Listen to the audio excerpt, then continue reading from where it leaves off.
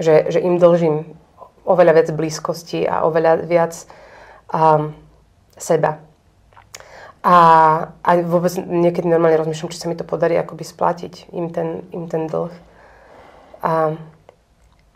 Hej, no to je také priznanie. Hej, že my prosto nevieme byť ticho. Že vždy, keď ma zavolajú hrať na tie protesty, tak ideme, no. Lebo ja vidím tie moje dve deti.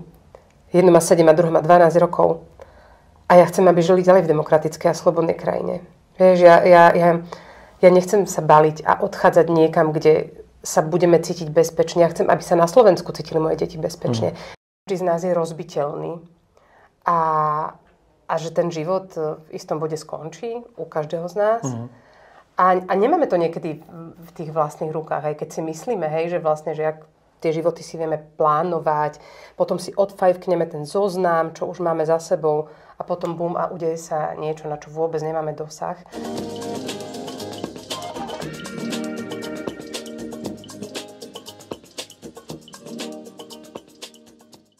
Přihlaste se prosím k odběru našeho kanálu a pomozte nám rozvíjet komunitu Magnoly. Čím více odběratelů budeme mít na platformě YouTube, tím více se dostaneme k divákům, jako jste vy. A tím více lidí bude mít z našeho obsahu užitek. Vítejte u dalšího podcastu ze série Magnoly Universe. Já jsem Tonda Parma a mým dnešním hostem je slovenská zpěvačka, textařka a hudebnice Katarína Koščová. Ahoj, vítej v Čechách. Čau. Ďakujem. Rádi tě tu vidíme. To ja som rada, že som mohla prísť. A tvoje poslední album z předloňského roku, který si letos představila mimo jiné v Praze, se jmenuje Křehkost. Ano.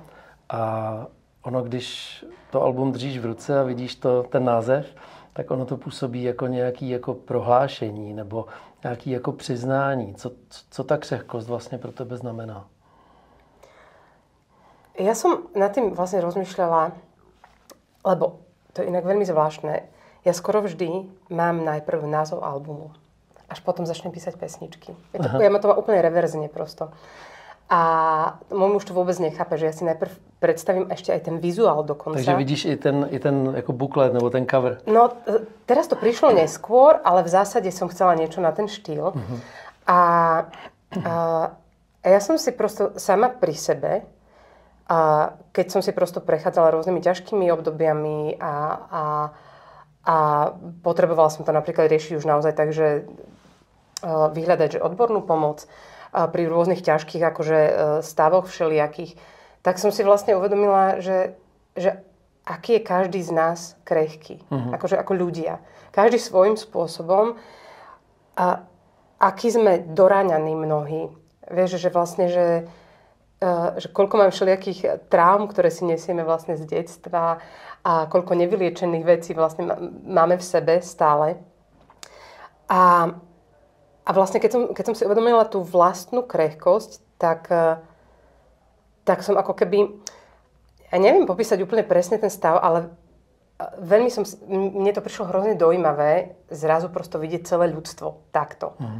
Že v zásade, že mi to prosto prišlo, že my si robíme často zlé a robíme to veľakrát práve preto, lebo sa nám udiali zlé veci, všelijaké, rôzne a nemáme ich spracované a vlastne, že naozaj každý z nás je rozbiteľný a že ten život v istom bode skončí u každého z nás.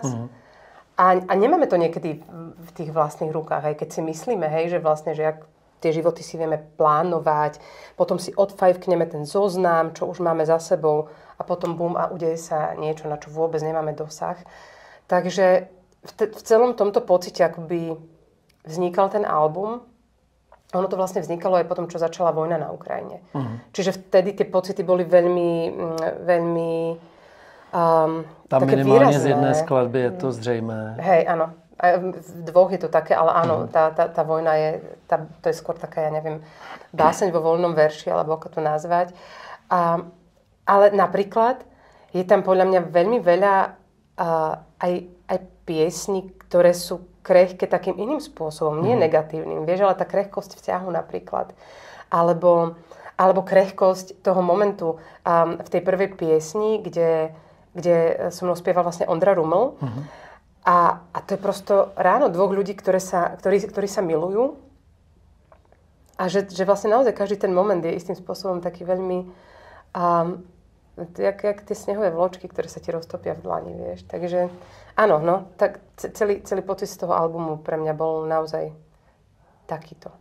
Já když jsem to album několikrát slyšel, tak vlastně mě evokuje nejvíc dvě slova nebo dva pocity. Ten jeden je intimita a ten druhý je, že jako kdyby to album jako dýchalo. Ono je zajímavý tím, že mimo jiné, že vlastně tam není jediná skladba, která by byla stejná jako ta druhá. Jak to vzniká? Ne? Myslím tím tempo, že má odlišný tempa. A ešte keď si povedal, že to dýcha, my sme si ako keby vyslovene dali záležať na tom, aby to dýchalo. Že my sme naozaj tam nechali na tom albume celú tú, niekto to povie, že to je špina, ale ten život v zásade, hej, že vlastne tie nádychy, výdychy, vzdychy občas, a šušťanie papiera, a Dano dokonca nahrával vtáčiky, Dano Špiner, môj klavírista, nahrával vtáčiky. Dostaneme sa k nemu. Áno. Hovorím to tebe, lebo sa vlastne poznáme a teraz mi došlo, že vlastne posluchači nemusia vedieť, o kom hovorím. Ale tento album vznikal veľmi špeciálne, lebo prvýkrát sme nešli do štúdia, ale sme si povedali, že poďme sa zavrieť na chatu, odpojíme telefóny, rodiny naše vedia, že nám majú nechať pár dní voľna a ideme skúsiť, že či niečo vznikne. A fakt sme nevedeli, či sa to podarí. Vôbec sme netušili. Ja som z tej vojny práve, ja som bola dosť akože rozrušená z toho, čo sa deje a z toho vlastne, aká je aj spoločenská situácia na Slovensku. Bolo to vyslovene také tie čerstvé postcovidové časy. A čiže ľudia mali všelijaké veľmi výrazné emócie v rámci rôznych tém. A my sme sa teda zavreli na pár dní v takom tom zrube pod Tatrami. A ja som tam išla s tým, že Dano, ja nemám texty, vieš, že vlastne čo keď nič nevznikne naozaj, že tak nič nevznikne, ale poďme skúšať. Čiže všetko vznikalo tam priamo na mieste veľmi organicky. A bol to úplne iný proces, na aký sme boli zvyknutí, že ja som si zbierala materiál, písala som si texty niekoľko mesiacov, potom som ich dorábala a potom som to Danovi zaspievala, že tak si predstavujem nejakú pesničku. Aha, dobre, tak to nejako zaranžujeme a poďme do štúdia s tým. A toto bolo také, že vlastne všetky tie déma vznikali tam 3 dni, tuším, alebo tak nejako iba. A potom sme sa stretli opäť po pol roku na tom istom mieste a už sme to nahrali celé. Ale naozaj, že tým, že sme nemali ako keby ten tlak z toho, že sme v štúdiu a máme tu konkrétny čas a musíme to nahrať dovtedy. A budget, presne, budget. Ktorý nás tlačí, tak to bolo veľmi slobodné celé. Celá tá tvorba bola nesmierne taká, že príjemná. Keď sa nám nechcelo hrať, išla som uvariť obed alebo nejaké raňajky, išli sme sa prejsť a prosto celé to vznikalo takým spôsobom, že ja už si vlastne neviem predstaviť tvoriť inak. Hej? Takže já jsem se ptal, protože totiž takové album nebo podobná alba, která třeba vznikla, tak většinou vznikají z nějaký bolesti. Já si moc nedovedu představit, že byste se zrovna u tohohle natáčení třeba smáli od ucha k uchu. Nie. A keď si vlastne spomínala tie dve skladby, napríklad je tam tá skladba Po správach sa volá. A ona je v zásade krátka, lebo ja som v 2 slohách povedala všetko, čo som potrebovala povedať a už to Dano iba dohral. Ale my sme si prosto ráno prečítali správy, obidvaja sme sa trošku zrútili nad svetom. A to je presne to, že vlastne, že sa aj plakalo. A áno, vznikla aj takáto pieseň. Alebo napríklad tá pieseň Vojna je. Ja som mala potrebu zo seba nejakým spôsobom dostať tie pocity toho, čo vo mne to všetko šialenstvo, ktoré sa deje vo svete, vlastne, čo to vo mne vyvoláva. A nevedela som to dať do rímov. A ja som vždy bola zvyknutá na to, že moje pesničky majú rímy a že prosto nepíšem vo voľnom verši. A Dano a ukázala som mu vlastne tento text a Dano hovorí, však to poďme spraviť. A že, ale ako to, ja to neviem spraviť, že ja neviem, ako to mám spievať, že to nemá rytmus, že... A pritom viem, že napríklad Dan Barta píše svoje texty veľakrát vo voľnom verši. Ano. A on to tak dokáže parádne nafrázovať, úplne krásne, a že to podľa mňa ani mnohých ľudí nenapadne, že to je voľný verš. Ale ja som sa toho strašne bála. A Dano bol práve úplne uvoľnený a povedal, že poďme iba skúšať. A nakoniec to fakt dopadlo tak, že som tam vlastne spievam iba nejaké 3 frázy, všetko ostatné poviem, dám to zo seba von a vlastne prejdem nejakou katarziou tým celým, čo mám potrebu povedať. A väčšinou je to presne o tom, že po tej piesni je také absolútne ticho na tých našich koncertoch, že vlastne, že sa netlieska. A ja som hrozne vďačná za to, lebo to znamená, že máme naozaj že veľmi vnímavých poslucháčov.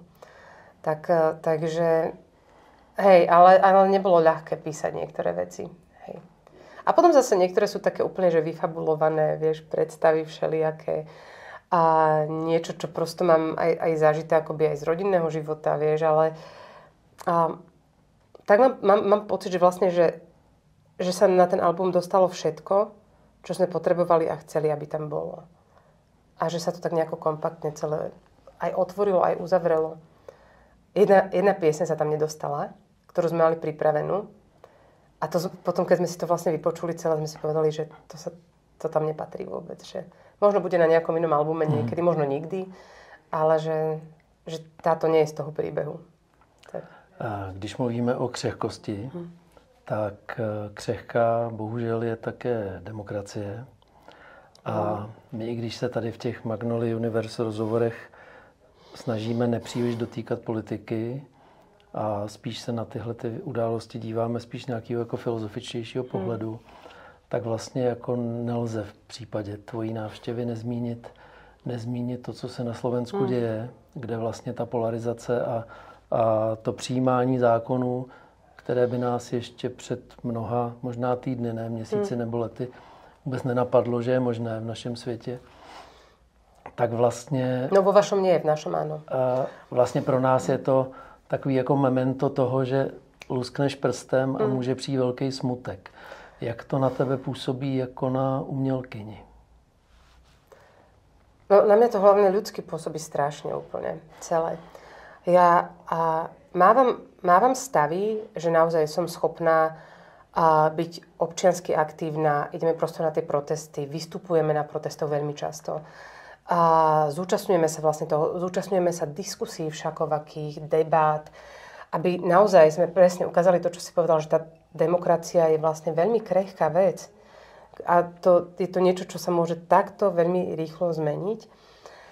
A potom mám také stavy, keď prosto nerozumiem vôbec. Ale že to je tak hlboké nepochopenie toho, ako môžeme neustále dôverovať niekomu, kto klame. Kto dokázateľne klame napríklad. Pre mňa je to nesmierne bolestivá vec. Keď vidím, že niekto klame nahlas, ty mu vieš na x prípadoch ukázať, že toto je ale klamstvo, naozaj, alebo ja neviem, pred mesiacom ste hovorili úplne iné veci. A že vlastne tým voličom je to, ja neviem, či im to aj vyhovuje, alebo im to je aj jedno, alebo ako to je. A teraz som si to všimla toho Orwella, že 1984, čo tu máte na stene, tak to ja mám, samozrejme, hej, nie sme v tomto štádiu a žiaden Big Brother a podobné veci, ale to, čo sa napríklad, to, čo popisuje Orwell, ten Newspeak, hej, že kde sa menia významy slov, hej, že mier je vojna, vojna je mier, že toto sa u nás deje na Slovensku. U nás úplne prevracajú významy slov.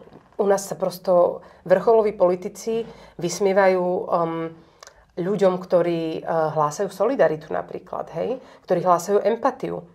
Oni to vysmejú. Naozaj to hrubo vysmejú agresívnym spôsobom a ja tomu prosto nerozumiem. A je to tak, ono to na dálku, i když ta dálka není taková od nás, ono to vlastně jako působí, jako kdyby už to byla taková beznaděj, že nemáte sílu už ani na vztek. Jako, že už to jako místy zavání i jako rezignací mnoha lidí. No určite mnohí ľudia už aj rezignovali, ale zároveň, čo mňa veľmi tak ako keby vždycky povzbuduje, ja to stále hovorím a snažím sa to tak mať, že proste ja by som bola veľmi rada, keby sme mohli mať politikov ako našich zástupcov. Za politiku teda niekoho, kto môže byť aj morálnou autoritou a nejakým vzorom, povedzme, hej. Namiesto toho v tom parlamente prosto polovica ľudí na seba škrieka, sú na seba hnusní, polarizujú spoločnosť, sú vulgárni, agresívni. Ale za takých označujú tú druhú stranu. Čo je pre mňa úplne akože nepochopiteľné a tí voliči im to akože že berú. A potom sa stretávam ale presne s ľuďmi napríklad, ktorí organizujú protesty. A my sme na Slovensku, teraz to už prevzali opozičné strany, čo si myslím v zásade, že je aj fajn, aj keď sú ľudia, ktorí sa nechcú spájať vlastne s opozičnými politikmi, ale ja si naozaj myslím, že to občianske spektrum si trošinku potrebuje aj vydýchnuť po tých rokoch, keď organizovalo vlastne protesty od vraždy Jana a Martiny, to je už 7,5 roka. 7,5 roka protestovania. A že naozaj si myslím, že je fajn občas si podávať tú štafetu. A myslím si, že je veľmi dôležité pre nás občanov vidieť, že sú opozičné strany schopné kooperovať a proste, že sú schopné spolupráce a zároveň, že my nejakým spôsobom vieme tiež na tom celom kooperovať. Čiže ja keď vidím ľudí z občianskeho spektra napríklad, ktorí tomu venovali týždne, mesiace, niektoré roky a že sú to napríklad v Poprad si teraz spomeniem. Poprad má také občianske združenie, že Poprad za demokraciu. A je tam pani, ktorá organizovala protesty prosto v 89. roku. Vieš, a že to je prosto pani, ktorá to organizuje aj dnes. Pani, ktorá tam prosto príde o tej paličke a dnes organizuje nie tie isté, ale vlastne protivládne protesty. Lebo a chápeš, že vlastne po tých 36 rokoch, alebo koľko to už je, hej, no, toľko, že opäť vyjde ten istý človek s nejakou vierou a s tým, že dúfa, že sa môžu veci opäť zmeniť k lepšiemu. A toto mi dodáva akože neskutočnú silu, naozaj vidieť tých ľudí. A potom, kto je pre mňa, že brutálna morálna autorita, a vlastne bola od začiatku, je naša bývalá pani prezidentka Zuzana Čaputová. A to je za mňa akože asi najrešpektujúcejší človek, akého som kedy vôbec v politike zažila naozaj. A ona, teraz sme sa vlastne nedávno stretli na jednom festivale, kde mala diskusiu a hovorila o tom, že vlastne, že Slovensko vychádza v prieskumoch ako druhá najpolarizovanejšia krajina v rámci Európskej únie. Že naozaj, že u nás sa už nerozprávajú rodiny spolu. Vieš, že proste otec so synom sa nebavia kvôli politickému nastaveniu, kvôli tomu, že naozaj nás tí politici vlastne rozoštvali. A prosto ja som absolútne presvedčená, že to, o čom ona celý čas hovorí vlastne o tom prepájaní, o tom, aby sme naozaj hľadali tie prieniky spoločné, aby sme začali stavať tie mosty, aj napriek tomu, že máme rozličné názory a rozličné nastavenia na v niektorých témach, tak podľa mňa je to nevyhnutné. A za mňa, mám pocit, že už niekoľko rokov zažívame tie také pomyselné zákopy a nefunguje to. A řekni mi, my se vrátíme k příjemnějším věcem, ale dá se. Je to otázka. Je teda pro tebe hudba formou nějakého občanského postoje? Už áno. Nebo jsi schopná to oddělit úplně? Nie som, vôbec. Vieš čo, a nebolo to tak kedysi. Ja si pamätám, neviem, kto to teraz, či môj muž alebo Dano Špiner našli nejaký môj starý rozhovor, v ktorom som hovorila, že ja si prajem, aby som hudbou nikoho nevyrušila. Že také bolo moje vnútorné nastavenie, že ale nech nikomu nevadím, nech sa nikto nenechá vyrušiť od chlebička mnou. Pardon. A posledné roky to mám úplne naopak. Práve, že chcem vyrušiť. A nemyslím iba v negatívnom slova zmysle, ale prosto rada by som vzbudila nejakú emóciu u toho prijímateľa. A rada som, keď napríklad ja mám najradšej vlastne živé koncerty z toho všetkého, čo my robíme. Lebo tam sme vlastne na dotyk s ostatnými ľuďmi a mám pocit, že si dokážeme zazdieľať vlastne to, čo ako vnímame. A tam sa dá zdieľať i ticho. Dá sa tam zdieľať i ticho, presne tak. A zároveň tam istým spôsobom vieš zdieľať aj svoje nastavenie úplne nekonfliktným spôsobom, si myslím. Že proste, že naozaj môžeš ukázať ten rešpekt tomu druhému človeku. Lebo ja som presvedčená o tom, že na naše koncerty nechodia len ľudia, ktorí sú nastavení vo všetkom tak, ako ja. A že je to naozaj v poriadku. Ale zároveň presne to, že ukáže rešpekt tomu druhému človeku, poďme sa to naučiť a prejaviť si tú úctu a byť k sebe dobrý a nerozmýšľať v sebe iba v nejakých intenciách strachu a strašenia a nejakej zloby. A jednoducho, čiže toto je jeden aspekt toho prežívania. Druhá vec je, že potrebujem nejakým spôsobom reflektovať to, čo sa deje, tú spoločenskú situáciu, čo sa teda odráža aj v niektorých skladbách našich. A tretia vec je vlastne už len ten samotný občiansky postoj, že vlastne ideme na tú tribúnu, že sa tam postavíme, že niečo povieme, že zahráme tie naše piesne. Hej, že my prosto nevieme byť ticho. Že vždy, keď ma zavolajú hrať na tie protesty, tak ideme, no. Lebo ja vidím tie moje dve deti. Jedno má 7 a druhá má 12 rokov. A ja chcem, aby žili ďalej v demokratickej a slobodnej krajine. Vieš, ja nechcem sa baliť a odchádzať niekam, kde sa budeme cítiť bezpečne. Ja chcem, aby sa na Slovensku cítili moje deti bezpečne. Ja sa tam chcem cítiť bezpečne. Ja si prajem, aby sa tam mohli cítiť bezpečne všetci ľudia so všetkými našimi farebnosťami a inakosťami a jednoducho, že naozaj, aby to Slovensko naozaj mohlo byť tým domovom pre nás všetkých, ktorí tam žijeme. Nielen pre nejakú vybranú spoločnosť a pre našich ľudí. To máme také, vieš, naša vláda má svojich ľudí a takže to je to, že mi to prosto nedá byť ticho. A potom je to ešte druhá vec, kde, vieš, dostávam akože dosť veľa hejtu na sociálnych sieťach, kde mi píšu, že prosto, že čo ja speváčka, že však nech som ticho a spievam. A nech sa nevyjadrujem k politike. Ale podľa mňa k politike má právo sa vyjadriť absolútne každý jeden občan. Ja platím dane, platím zdravotné poistenie, sociálku, vieš, prosto samozrejme, že mám právo sa vyjadriť k tomu, ako funguje naša politika. A to má naozaj, či si pekár, či si učiteľ, či si lekár. Tak konec konců sú to naši zamestnanci. To je toto, presne. To je pre mňa najdôležitejšia veta, ktorú vždycky hovorím na protestoch. Vy si uvedomte, že to nie je, že niekto, kto nám vládne, to sú naši zamestnanci. A my chceme od nich výsledky a chceme, aby tú našu krajinu spravovali tak, aby to viedlo k tomu, že čo najväčší počet ľudí sa bude mať čo najlepšie, že prosto ideálne všetci, samozrejme, hej. Čo je samozrejme veľmi utopická predstava, ale aspoň to by malo byť v ich záujme, samozrejme. Ale oni to tak nerobia, no. Bohužiaľ. Teď se vrátíme k hudbě. Ty jsi řekla několik moc hezkých slov o tom souznění s publikem. A je určitě mnohé, co ti hudba dala za tu dobu, co máš to štěstí, že se hudbou živíš a můžeš se jí věnovat. Ale mě by zajímalo, co ti hudba vzala.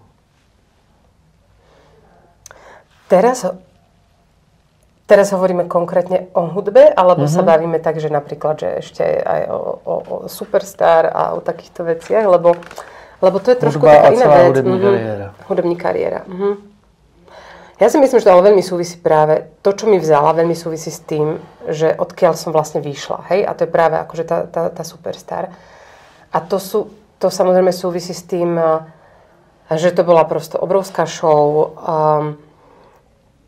kde tí ľudia, ktorí to pozerali a posielali tie hlasy, mali obrovské očakávania a jeden človek tie očakávania nedokáže naplniť jednoducho.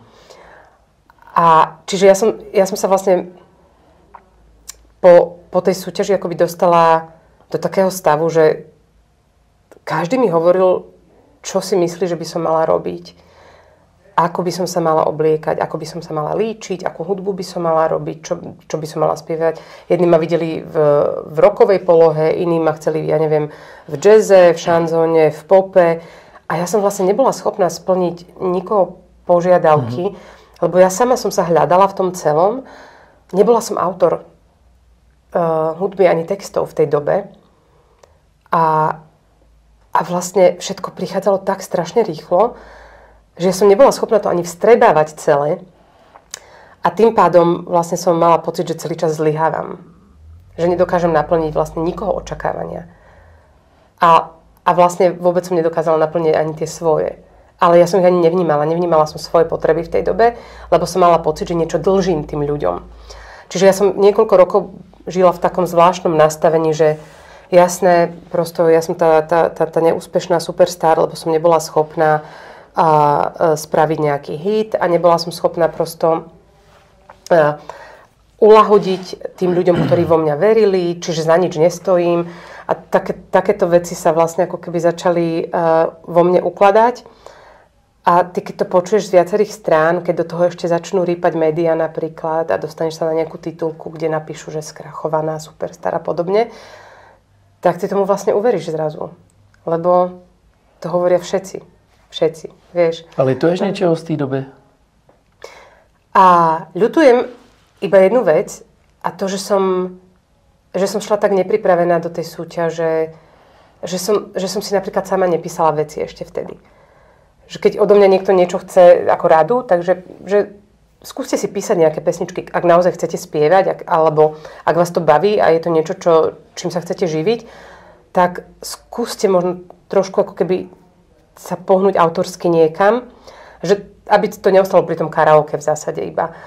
Ale inak si myslím, že vlastne to je vývoj, no? Že vlastne bolo to prvé, hej? Čiže to, nikto z nás nevedel byť na to pripravený. My sme nikto nevedeli, že ako to dopadne, čo z toho bude, ako to bude vyzerať, že bude okolo toho taký šialený boom. To fakt nikto z nás nečakal.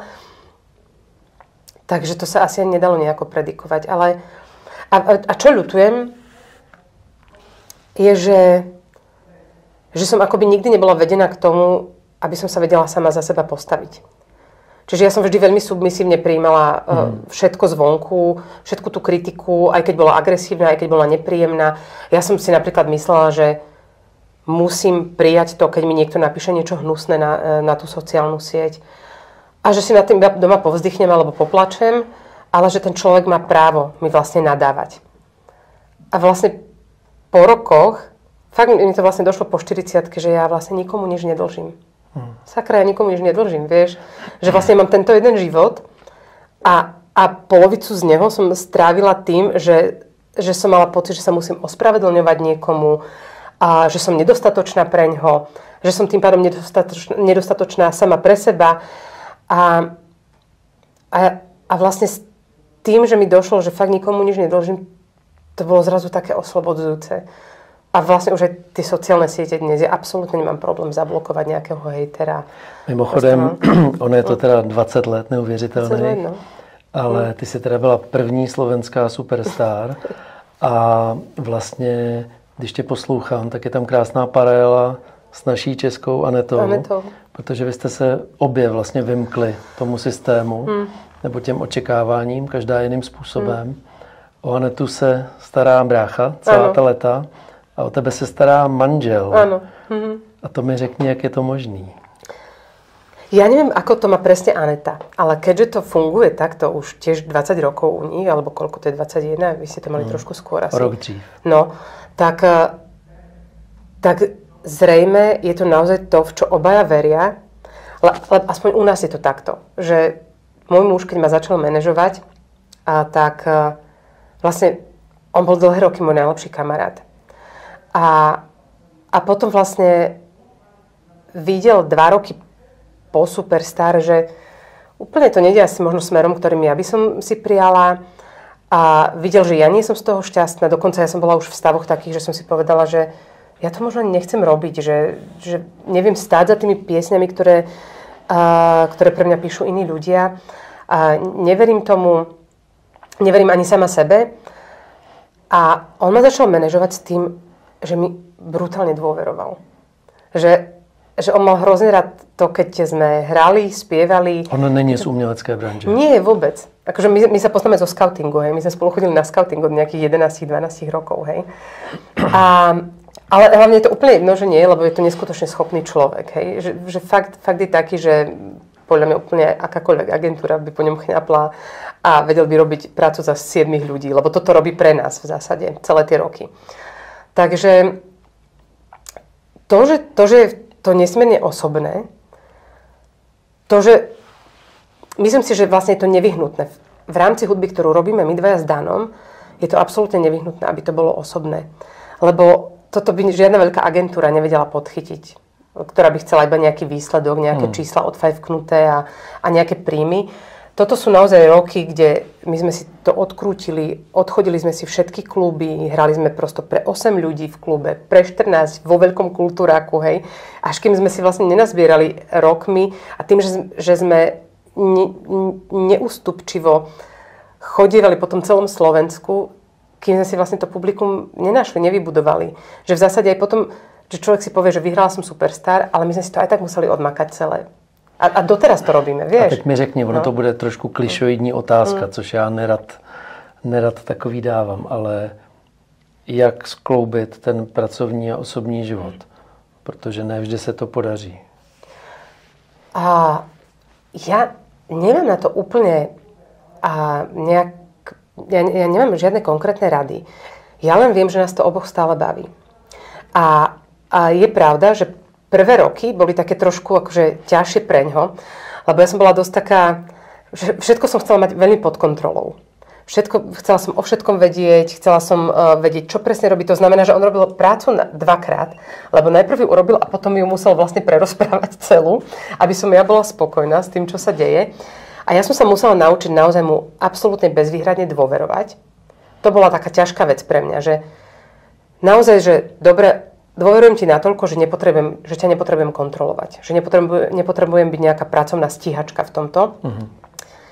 A to sa nám obom veľmi uľavilo, keď sa toto udialo. A potom sa stala jedna osobná vec, pre nás veľmi dôležitá, že my sme si vlastne spojili rozpočet, budget. Nemá to každý v rodine. Poznám rodiny, ktoré sú aj napríklad manželia, že majú každý svoj účet a každý si rieši svoje financie. A my sme to celé prepojili a strašne dobre nám to funguje takto. Akože fakt úplne výborne. Takže to je taká akože praktická vec v zásade. Ale ďalšia vec je, že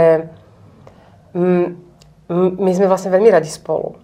Že my naozaj, keď sme na cestách, my to občas... Hej, že my keď sme na cestách, tak my to vnímame veľakrát ako rande. Vieš, ideme sa spolu niekam najesť, ideme na nejakú kávu, vždy ideme na tie cesty o 2 hodiny skôr, aby sme si to mohli dopriať vlastne. Lebo doma, keď sme, tak sme s deckami a vieš, máš deti, takže vieš, aké to občas býva, že ježiš, už chcem ísť na tie cesty opäť. že po pár dňoch, keď z každej strany počuješ hú a máš pocit, že nemôžeš ani myšlienku dokončiť, tak my sa vždy tak tešíme, že sademe si spolu do auta, že ticho, poďme, ideme ďalej. A je to, stále nás to baví. Čoho sa ja trošku bojím, že mňa to baví až enormne. A to bol taký ten naozaj postcovidový stav, kde ja to nazývam tak, že som sa akoby znova zamilovala do tej našej práce a hrozne ma to začalo baviť.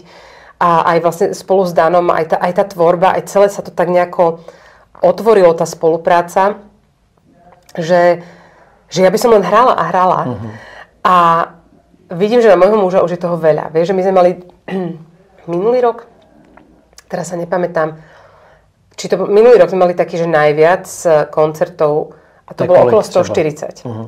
140, rok predtým bolo 125 a to vravilo, že okolo 100 to ešte vníma, že to je v poriadku, ale už tých 125 mu prišlo veľa, že prosto už mu uchádzali potom nejaké drobnosti v rámci produkcie a podobne, že nestíhal na všetko dohliadať a že mu to vadí, lebo on je dosť teda taký, že perfekcionista, tak ho to hnevá, keď nemôže sa na všetko sústrediť 100%. A ja mu v zásade rozumiem. A druhá vec bola, že vravel, že naozaj, a tiež tomu rozumiem, že tak akoby trošku pred vyhorením, lebo fakt akože odprodukovať 125 koncertov, do toho vlastne nás vozí, do toho nás zvučí, a to znamená, že vyťahuje celú našu techniku, skladá to, musí byť všade vlastne o niekoľko hodín pred nami.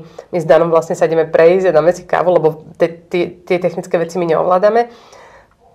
A môj muž nám to vlastne tam celé chystá a potom to skladá. A teď mi řekni, několikrát jsme zmínili Daniela. Ano. Vy jezdíte vlastně dneska ve dvou, nemáte větší kapelu. Áno, a plus môj muž, takže my sme traja na ceste. Takže vy ste vlastne takový manželský trojúhelník. Presne, no. A to funguje jak? No za mňa to funguje úplne výborne, už 18 rokov teda. Ja. A vlastne Dano prišiel v tej istej dobe ako môj muž. A ja som bola taká nešťastná v tej dobe trošku práve z toho smerovania, že kam sa chcem pohnúť, akú hudbu chcem robiť vôbec. A kapela mala nejaké iné predstavy o tom celom. Ale udialo sa vlastne to, že kapelník vtedajší môj je vlastne spevákom z kapely Komajota a zároveň je môjim švagrom.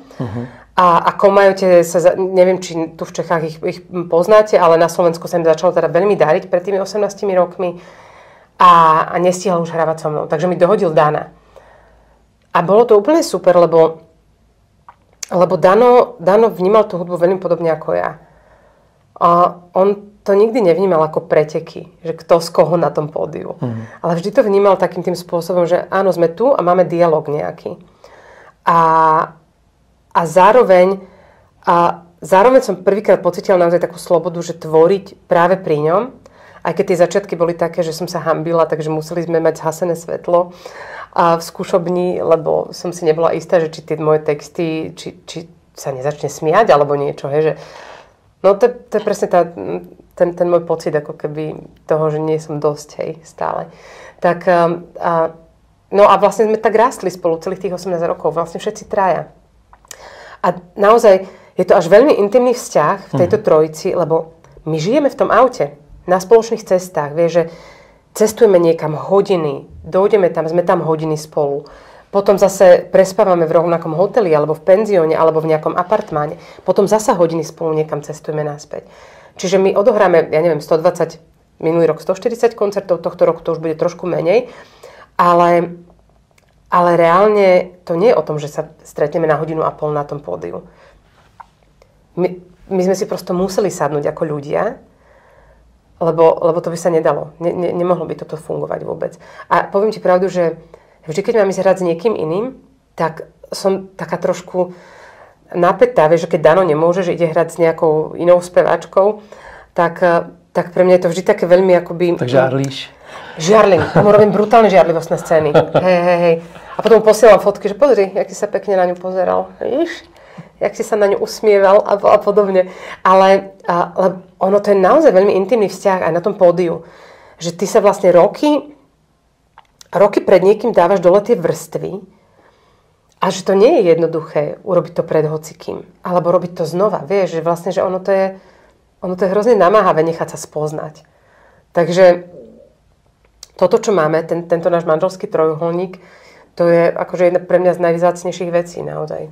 Teď mi řekni, my si tady velmi často povídáme s hosty o různých krizích středního věku, ale i o tématech jako longevity a udržování kondice a tak. Ty jsi sama zmínila, já bych to nezmínil, ty jsi sama zmínila, že je ti přes 40. Jak se fyzicky a psychicky udržuješ? Co ti pomáhá? No, ja som hlavne prišla presne na tieto témy až tak 3 roky dozadu. A hrozne ma to mrzí, že vlastne som to nevidela pred 20 rokmi. Že dnes všetky tie veľké štúdie, ktoré hovoria o tom, že aby si mal fakt čo najkvalitnejší život, longevity napríklad, že proste ide o tie svaly, ktoré máš vybudované a vôbec, že to je niečo, čo ťa vlastne udržuje a zabezpečuje to, aby si vlastne ten život dokázal prežiť kvalitný. Takže ja som na to kašľala celé roky, vieš. A že ma to hrozne mrzí, že to robím teraz doma. A po 40-ke je o mnoho ťažšie budovať teda svalovú hmotu ako niekedy okolo 20-ky. A že ma to naozaj... A pritom, vieš, možno keby som to vedela v tej 20-ke, tak by som sa na to aj tak vykašľala. A teraz po tej 40-ke, keď už cítiš záda trošku, vieš, a proste a krk a neviem čo, a už máš proste občas nejakú bolesť a podobne, tak si vlastne začneš uvedomovať, že naozaj, že ja som vlastne v tom strednom veku. Už to nebude lepšie. A byl nějaký jako impuls, že se třeba něco stalo a řekla si tak a teď si přenastavím život? Nebo... Vieš čo, ja som dlhé roky, nerada to takto hovorím, lebo aby to nebolo myslené tak, že teraz niekomu radím chudnúť a podobné veci, lebo to tak nemyslím. Ale ja som naozaj fungovala v takej, akože už veľmi také vysokej obezite. Veľa rokov. A jakože si sa ako žena necítila dobře. Nie, ja som naozaj proste bola akože veľmi obezná už. A teraz to naozaj, aby chápali všetci posluchači, že vôbec to nehovorím so žiadnou akoby negatívnou už dnes konotáciou, len necítila som sa dobre, bála som sa o seba, keď prišiel COVID vlastne. A ja som nevládala vôbec nič. Ja som absolútne nevládala. Do toho prosto ja som mala rôzne akože také, že ťažšie psychické stavy všelijaké. Čiže ja som vlastne reálne nevládala fyzicky ani sa pohnúť, cvičiť, kráčať. Vieš, že proste niekto povie, že a však sa chodím prejsť. Ale ja som v tých stavoch... A to ti bylo kolik? No, to bolo tak od 27 do 40. Vieš, a vlastne možno keby ten COVID neprišiel, tak doteraz sa v tom možno mácham, vieš, takto. Ale prišiel ten COVID a ja som zistila, že by som vlastne vďaka tej svojej vysokej váhe mohla byť medzi prvými, ktorí dostanú tú vakcínu. A mňa to tak šokovalo vtedy. A zároveň som sa prosto o seba naozaj začala báť. A videla som, že sa napríklad bojí môj muž o mňa.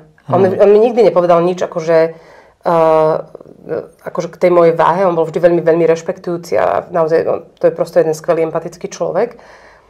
Ale videla som, že sa bojí o mňa. Vieš, že čo bude, keď padnem napríklad, hej, a podobné veci. Takže ja som nejakým spôsobom toto začala riešiť, ale musím povedať, že som musela začať v prvom rade riešiť tú svoju hlavu alebo dušu, alebo už nech si to každý... Duševní zdraví. Duševní zdraví, presne tak. Že som vlastne naozaj musela vyhľadať odbornú pomoc v prvom rade. Myslíš terapie nejaké? Terapie, áno, presne tak. Ale ja som napríklad, ja sa o tom vôbec nebudem rozprávať, ja som naozaj, vtedy ja som mala ťažké panické ataky, čiže ja som potrebovala nutne, aby to skončilo. A normálne mi psychiatrička predpísala antidepresíva a mne to strašne pomohlo. Fakt, mne to veľmi, veľmi pomohlo v tom zmysle, že ja som sa konečne mohla vyspať. Vieš, keď máš spánkovú depriváciu, ty sa môžeš snažiť chudnúť, ale proste neudeje sa to. Lebo jednoducho, keď nie si vyspatý a na druhý deň pociťuješ vlčí hlad, jednoducho prosto hormóny sú úplne rozhádané, no prosto šialené veci samozrejme. Čiže ja som pociťovala neustálú únavu, zároveň neustály hlad, spánková deprivácia. To boli taký akoby začarovaný kruh. A počas toho covidu som zrazu mala čas. Vieš, starať sa, variť si, chystať si jedlo, čítať si nejaké veci k téme a podobne. A ja som vlastne zistila, že jedna vec, kde sa mi nesmierne uľavilo, keď som našla nutričných terapeutov, ktorí sú normálne vyštudovaní, majú vysokú školu vyštudovanú a všetci sa zhodovali v tých témach o výžive. A mne sa neskutočne uľavilo, že že vlastne však ja nemusím držať žiadnu konkrétnu dietu, ide naozaj len o to, aby som si proste nejakým spôsobom upravila tie kalórie, aby som bola v kalorickom deficite, ale zdravom kalorickom deficite. A toto som vlastne riešila.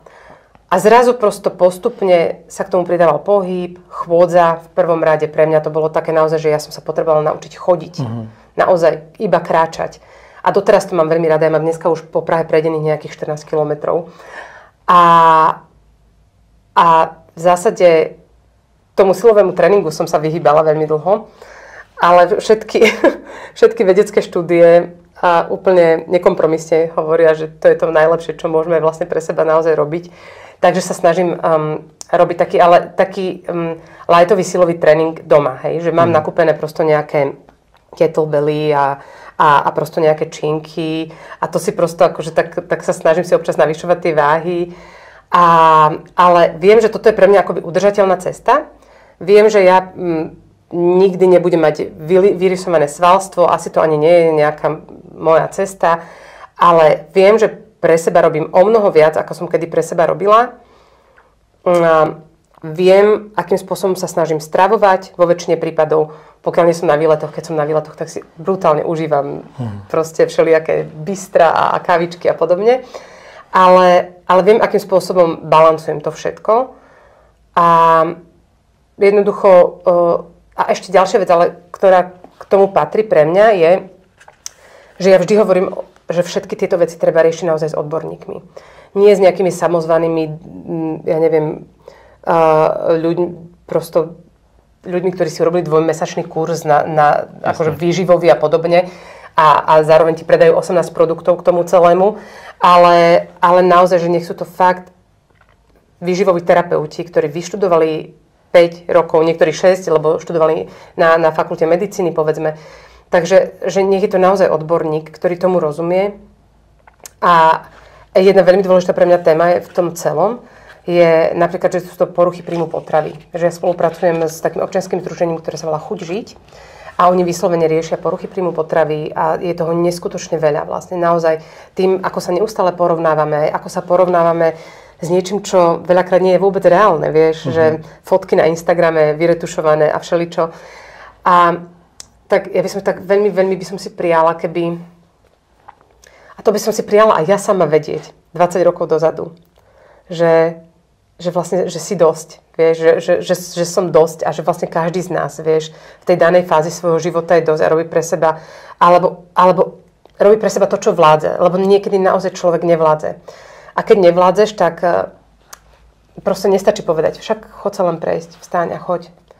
Proste naozaj, že ty keď si v takom tom báhne úplne udupaný, že máš pocit, že potrebuješ prespať pol dňa, tak nevieš sa postaviť a ísť sa prejsť. To prosto nejde. No. Takže ja úplne rozumiem tomu, že toto sú ťažké témy, aj sa to nedá obsiahnuť akoby v jednom podcaste.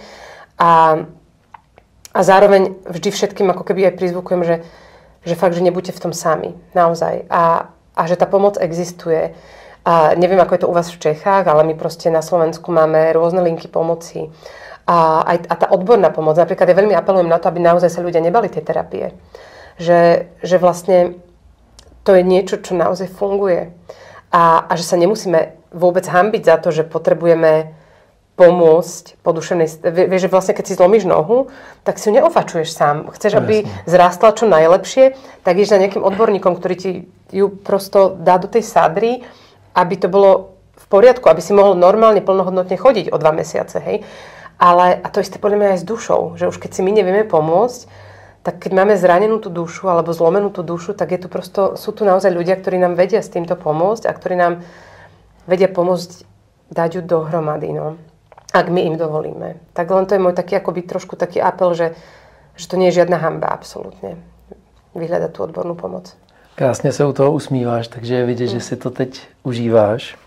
Tak ja mám pocit, že som, vieš, tak akoby na ceste. Vieš, čo sa stalo totiž? Mňa sa spýtala moja psychiatrička keď som vlastne k nej prišla s tými panickými atakmi. A ona sa spýtala, čo má byť výsledkom našich sedení. A mňa hrozne prekvapila tá otázka vlastne. Lebo ja som nevedela a tak som chvíľu bola ticho a tak som rozmýšľala nad tým a potom som sa rozplakala a povedala som, že by som sa už konečne chcela mať rada. Vieš, a to keď po 40-ke také niečo vlastne v tebe vykvitne, že naozaj máme jeden život. Tento jeden život máme a prosto, že poďme si ho v rámci možnosti akože užiť čo najviac a že dovoľme si to. A že nemusíme sa neustále obviňovať z niečoho, že naozaj nikomu nič nedlžíme, že sami sebe niečo dlžíme, vieš.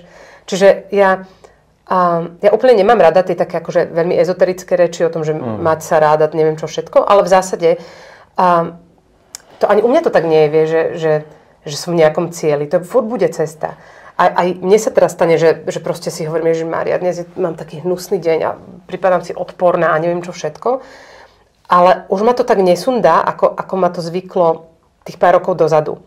A trvá to chvíľu napríklad, hej, že už to je obrovský progres. Se mluví o sebeúctě. Sebeúcta napríklad, presne. No. Jakou roli v tom všem, o čem si povídáme, hrajú tvoje deti?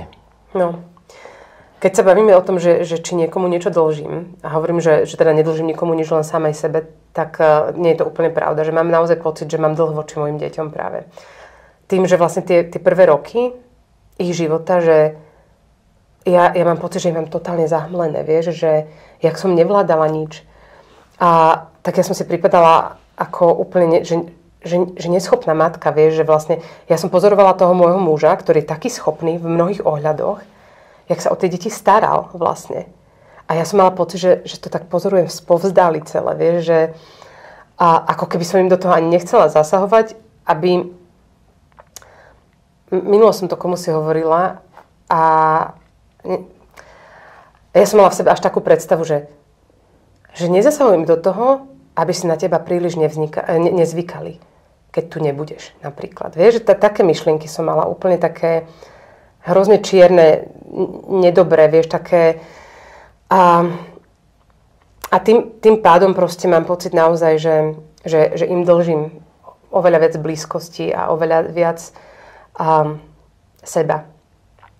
A vôbec niekedy normálne rozmýšľam, či sa mi to podarí akoby splatiť im ten dlh. Hej, no to je také priznanie, taký coming out. Když budu parafrázovat téma, který možná řada posluchačů nepochopí, ale ty jsi ho několikrát v minulosti zmínila. Dá se k tomu, co jsi teď říkala, říct, že ve skříni ještě nemáš komínky, ale už tam nemáš takový nepořádek. No, snažím sa. Tak, hlavne už sú tie veci v skrini. Lebo kedysi... v skrini. Áno, môj muž je teda komínkár a ja som nechávala všetko vždycky na koberci, hej, úplne, že... Tak, a teraz už sú aspoň v skrini. A niektoré už majú aj svoj šuflíček. Alebo šuflíček, ako to hovoríme u nás. Tak, hej, no. A ja stále mám pocit, že to je všetko cesta, že sme stále v nejakom procese aj toho poznávania, aj toho zmierovania sa sami so sebou, vieš, že a nie je to vždy ľahké, že niekedy mám pocit, že to je taký nekonečný boj sám so sebou, vieš, že neustále bojujem sama proti sebe a potom sú zase dni, keď mám pocit, že konečne som sama so sebou v poriadku a kráčam si po tej ceste a je mi dobre.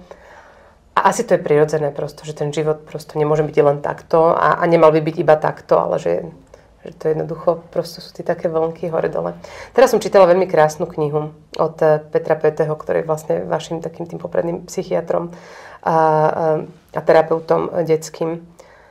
A úplne ma fascinovalo vlastne, ako dokáže vlastne pristupovať k tomu klientovi, keď to mám takto povedať akože formálne, aké techniky vlastne používal na tých terapiách, ako im venoval tú pozornosť tým deťom napríklad.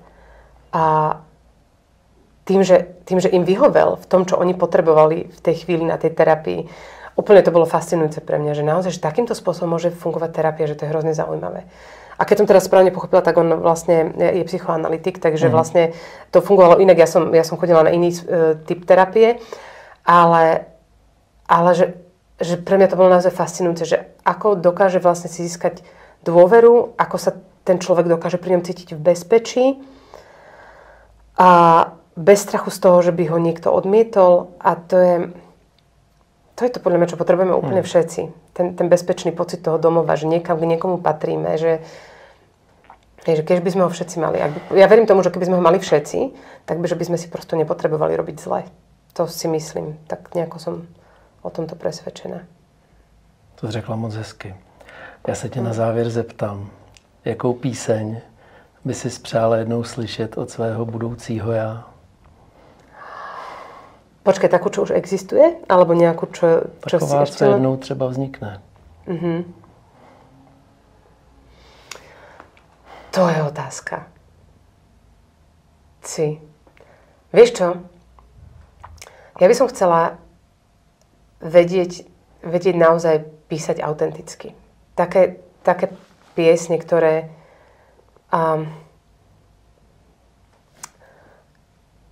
vieš, čo ma napadlo? Napadla ma konkrétna pesnička teraz. Raz by som chcela vedieť napísať pieseň, ako napísala Zuzana Navarová, keď odchádzala. A to je Andelská vlastne. A tým by som to aj možno rada potom celé uzavrela. Vlastne chcela by som vedieť napísať takúto pieseň. No. Úplně neuvěřitelně mě teď, já nevím, jestli zaskočila. Já když jsem poprvé slyšel tvoje písně, tak hledal jsem nějaký jako ekvivalent té duše nebo té intimity v Čechách, tak jsem si vzpomněl na Zuzanu Navarovou. Tak ti přeju, aby takových písní bylo hodně a přeju ti hodně štěstí a díky, že jsi přišla. Ďakujem, ja ďakujem veľmi pekne za pozvanie. Ďakujem. Můžete nás odebírat, dostávat pravidelné mailingy, denně se inspirovat na portálu magnoli.cz nebo se propojit na sociálních sítích.